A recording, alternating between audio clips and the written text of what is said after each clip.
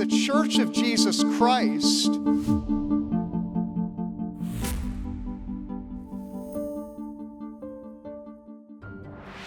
In 1987, a little girl who became known as Baby Jessica fell into a well in Texas.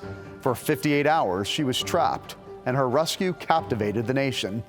In 2010, a similar drama unfolded when over 30 workers were trapped in a collapsed mine in Chile. The world watched, holding its breath.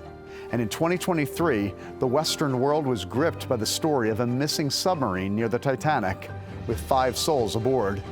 Why do these stories seize our hearts? Well, deep down, it's because we still hold a belief in the sanctity of every single human life, a belief our culture struggles to articulate today. But this value didn't appear out of nowhere. It comes from faith in the biblical God and no other. This faith has shaped a high regard for human life, unlike any other belief system, which often devalues life. For example, radical Islam encourages killing and dying in religious wars. Buddhism teaches that the self is an illusion. Communism, rooted in atheism, sees people as a collective mass, where the individual matters little in the pursuit of perfecting humankind, sometimes leading to the deaths of millions. The abortion movement, rooted in the eugenics of the 1920s, carries a similar disregard. Margaret Sanger, founder of Planned Parenthood, spoke of eliminating the dead weight of human waste and human weeds. Her professed goal was to raise up a new race of thoroughbreds. Chillingly, this language echoed in the 1930s and 40s under Adolf Hitler. In contrast, the God of the Bible declares that humans are created in His image. This truth makes every life infinitely valuable. Where Christianity takes root, especially in the Western world, this belief transformed societies. It led to hospitals and charities that cared for the sick and the infirm.